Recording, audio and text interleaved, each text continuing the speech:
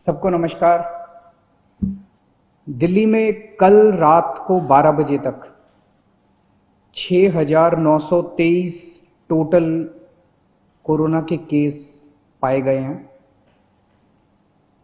इसमें से 2,069 केस ठीक होकर अपने घर जा चुके हैं। अभी तक टोटल 73 लोगों की कोरोना की वजह से मौत हुई है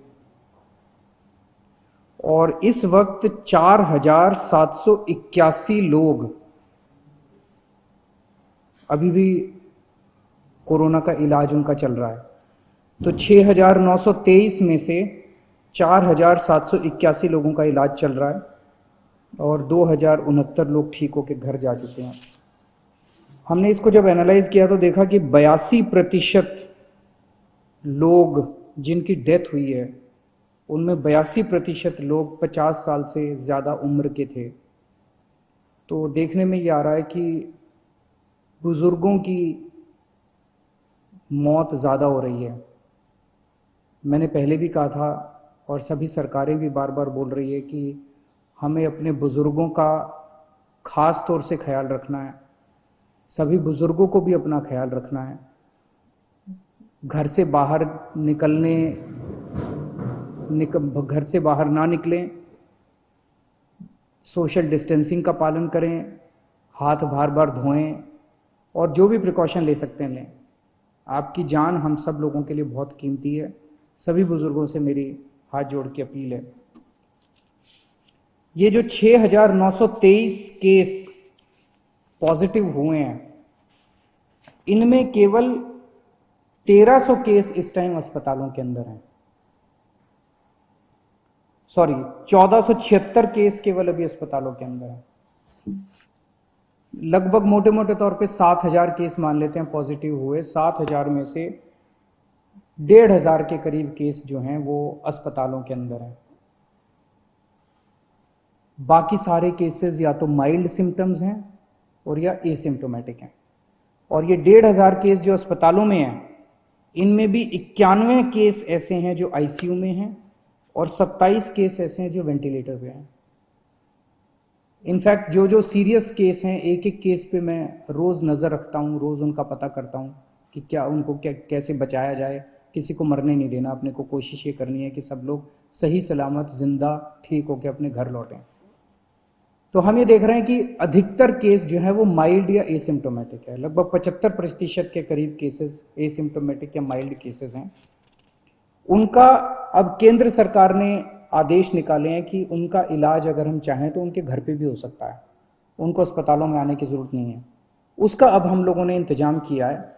जो लोग एसिम्टोमेटिक होते हैं, जो लोग माइल्ड सिम्टम वाले होते हैं, जिनको थोड़ा सा बुखार है, थोड़ा सा खांसी है, ज़्यादा दिक्कत नहीं है, उन सब लोगों के घर पे इलाज का हमने इंतजाम किया है।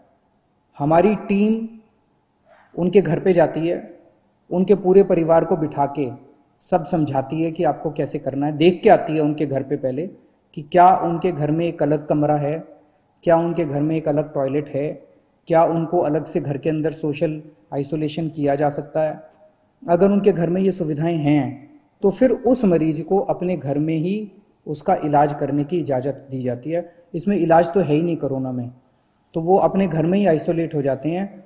डेली हमारी टीम की तरफ से उनको फ़ोन जाता है, लगातार उनके टच में रहते हैं, उनको फ़ोन नंबर दे दिया जाता है। अगर उनको किसी भी तरह की तकलीफ़ हो तो वो हमसे संपर्क में रह सकते हैं। जिन लोगों के घर में ऐसे होम क्वारंटाइन करने के लिए अलग से कमरा नहीं है, उन लोगों के लिए फिर हम लोगों ने कुछ कोविड केयर सेंटर बनाए हैं, कोविड हेल्थ सेंटर बनाए हैं। वहाँ पे फिर उन लोगों को हम ले आते हैं, लेकिन और उन लोगों को वहाँ पे हम रखते हैं 13-14 दिन के लिए, जब तक वो नेगेटिव नहीं हो जाते। तो ऐसे कम लोग हैं जो कि सीरियस हैं और ऐसे बहुत कम लोग हैं जो कि जिनकी डेथ हो रही है। एम्बुलेंसेस की थोड़ी दिक्कत हो रही थी। मुझे ये बताया गया था कि कुछ लोगों को फ़ोन करने के बाद एम्बुलेंस के लिए कुछ घंटे इंतज़ार करना पड़ रहा है। कल हम लोगों ने आदेश निकाल के, सरकारी एम्बुलेंस तो थी हमारे पास, हमने कई सारी प्राइवेट अस्पतालों की एम्बुलेंस भी सरकारी सेवा में रिक्विजिशन कर ली है। इसका मतलब ये नहीं है कि वो अपने अस्पतालों के लिए काम नहीं करेगी।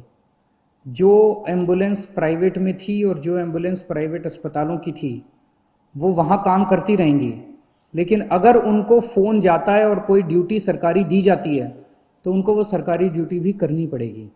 ये आदेश निकाल दिए गए हैं। तो इससे मुझे उम्मीद है, अब कई एम्बुलेंस हो गई हैं, इससे मुझे उम्मीद है, कल काफ़ी सारी प्राइवेट एम्बुलेंसेस रिक्विजिशन की गई हैं दिल्ली के अंदर, इससे मुझे उम्मीद है कि एम्बुलेंस की दिक्कत अब ख़त्म हो जानी चाहिए। हमारे बहुत सारे ये जो कोविड की लड़ाई है, ये लड़ाई हमारे डॉक्टर्स लड़ रहे हैं, हमारे नर्सेज लड़ रहे हैं, पुलिस के लोग लड़ रहे हैं, सिविल डिफेंस वॉलंटियर्स लड़ रहे हैं, हमारे बहुत सारे टीचर्स हैं जो लगे हुए हैं, हमारे बहुत सारे आंगनवाड़ी वाले, आशा वर्कर्स हैं, बहुत सारे और बहुत सारे लोग हैं जो फ्रंट लाइन पे लड़ रहे हैं और वो अपनी एक तरह से मेहनत कर रहे हैं, जान जोखिम में डाल रहे हैं। हमारा फ़र्ज़ बनता है कि इनके लिए हम जो कुछ कर सकते हैं करें, और अभी तक कर भी रहे हैं हम लोग। दिल्ली सरकार उसके बारे में बहुत संवेदनशील है और समय समय पे जो भी हो सकता है हम करते हैं। कल हमने आदेश निकाला था कि हमारा Rajiv Gandhi super speciality hospital, जिसको कोविड हॉस्पिटल हमने डिक्लेयर किया है, उसके साथ हम लोगों ने 2-3 5 स्टार होटल्स अटैच कर दिए हैं। एक तरह से वो होटल्स भी अस्पताल का हिस्सा बन गए हैं, अस्पताल ने अपनी फैसिलिटीज़ उधर कर दी है। तो अगर कोई भी कोविड वॉरियर, कोई डॉक्टर, कोई नर्स, कोई टीचर, कोई सिविल डिफेंस वॉलंटियर, इस किस्म के हमारे लोग, अगर कोई भी कोविड वॉरियर बीमार पड़ता है, कोविड हो जाता है उसको, तो उसका इलाज करने के लिए हमने अच्छी व्यवस्था करने के लिए 5 स्टार होटल्स में उसकी व्यवस्था की है। बताइए क्या गलत किया? मुझे तो लगता है कि हमें करना चाहिए, उनके लिए जो कुछ भी कर सकते हैं करना चाहिए। वो रात दिन 24 घंटे हमारे लिए मेहनत कर रहे हैं, अपनी जान दांव पे लगा के कर रहे हैं। उनको कोविड हो सकता है, अगर उनको कोविड हो जाए तो उनको ठीक करने की जिम्मेदारी तो हमारी है ना, फिर पूरे समाज की है, पूरे देश की है। मुझे कल बहुत दुख हुआ जब हमने ये ऑर्डर पास किया तो विपक्ष के लोगों ने इस ऑर्डर का खूब मजाक उड़ाया, इसकी खूब क्रिटिसिज्म किया कि इन लोगों को स्पेशल सुविधाएं क्यों दी जा रही हैं। मैं आपसे पूछना चाहता हूं कि क्या हमारी कोविड से हमारी रक्षा करने वाले कोविड वॉरियर्स को स्पेशल सुविधाएं मिलनी चाहिए कि नहीं मिलनी चाहिए? बिल्कुल मिलनी चाहिए। क्या तकलीफ है अगर 1, 2, 3, 5, 10 करोड़ रुपए खर्च हो गए इन लोगों को बचाने के लिए? इसमें क्या गलत है?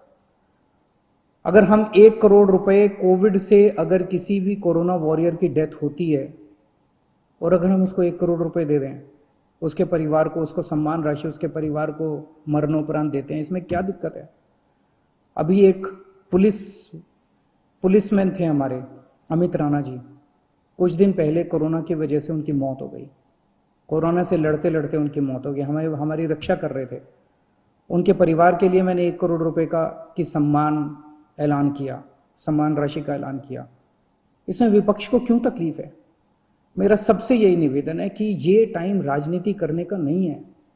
ये टाइम सबको मिलके कोरोना से बचने के लिए हम क्या कर सकते हैं, देश के लिए क्या कर सकते हैं, समाज के लिए क्या कर सकते हैं, लोगों के लिए क्या कर सकते हैं, ये समय ये सोचने का है। मेरी सबसे निवेदन है कि राजनीतिक बयानबाजी ना करें, एक दूसरे की मदद करें, सरकारों की मदद करें, समाज की मदद करें और एक दूसरे का साथ दें। मैं देख रहा हूँ कि अभी भी मैं सोशल मीडिया पे देखता हूँ, इधर उधर देखता हूँ कि प्रवासी मजदूर अभी भी सड़कों के ऊपर बड़ी तादाद के अंदर एक जगह से दूसरी जगह जाने की कोशिश कर रहे हैं। और जब उनकी हालत देखते हैं, उनके मैं इंटरव्यूज़ पढ़ता हूँ, उनके बयान पढ़ता हूँ, कई कई दिनों तक चल रहे हैं, पैरों में छाले पड़ गए हैं, कई कई दिनों तक कुछ भी नहीं खाया, घर से जो रोटियां लेके चले थे वो रोटियां ख़त्म हो गई हैं, रास्ते में कोई मदद करने वाला नहीं है। कई लोगों ने अपने कंधे के ऊपर अपने बच्चों को बिठाया होता है। एक आदमी देखा जो अपनी बूढ़ी माँ को अपने गोद में लेके पता नहीं कितने किलोमीटर चल चुका था। बहुत तकलीफ होती है। ऐसे लगता है जैसे पूरा का पूरा सिस्टम फेल हो गया, ऐसे लगता है कि हम सारी सरकारें जैसे फेल हो गई हैं। मेरी सब लोगों से निवेदन है, दिल्ली के रहने वाले सब लोगों से निवेदन है कि आपको बिल्कुल चिंता करने की ज़रूरत नहीं है। जो लोग दिल्ली में दूसरे राज्यों के ऐसे हैं जो फंसे हुए हैं और जो जाना चाहते हैं, हम उनका इंतज़ाम कर रहे हैं। अभी तक हमने आपके खाने और रहने का इंतज़ाम किया हुआ था। मेरी आपसे निवेदन है, पहला निवेदन तो यह, दिल्ली छोड़ के मत जाइए। बहुत जल्दी ये लॉकडाउन अंतहीन तो होगा नहीं, कभी ना कभी तो खुलेगा, जल्दी खुलेगा, सबको नौकरियां भी मिलेंगी, आपको भी नौकरी मिलेगी, सबको काम मिलेगा, सबको मजूरी मिलेगी। लेकिन अगर कोई फंसे हुए हैं और जाना ही चाहते हैं, हम आपके लिए ट्रेन का इंतजाम कर रहे हैं। एक ट्रेन मध्य प्रदेश जा चुकी है, एक ट्रेन हमने बिहार भेजी, अभी और ट्रेन का इंतजाम कर रहे हैं। केंद्र सरकार से भी बात कर रहे हैं, दूसरे राज्यों की सरकारों से भी बात कर रहे हैं। थोड़े दिन इंतजाम कीजिए, लेकिन घर से ऐसे पैदल मत निकलिए, ये आपके लिए सुरक्षित नहीं है। कुछ लोगों की ट्रेन से कुचल के मौत हो गई, कुछ लोगों की सड़क हादसे में मौत हो गई, और इतने इतने दिन पैदल चलना बिना खाए पिए, ये भी सही नहीं है। हम आपकी जिम्मेदारी लेते हैं, प्लीज़ आप इस तरह से मत निकलिए, हम आपके लिए इंतजाम कर रहे हैं, हम हैं आपका ख्याल रखने के लिए, विश्वास कीजिए। धन्यवाद।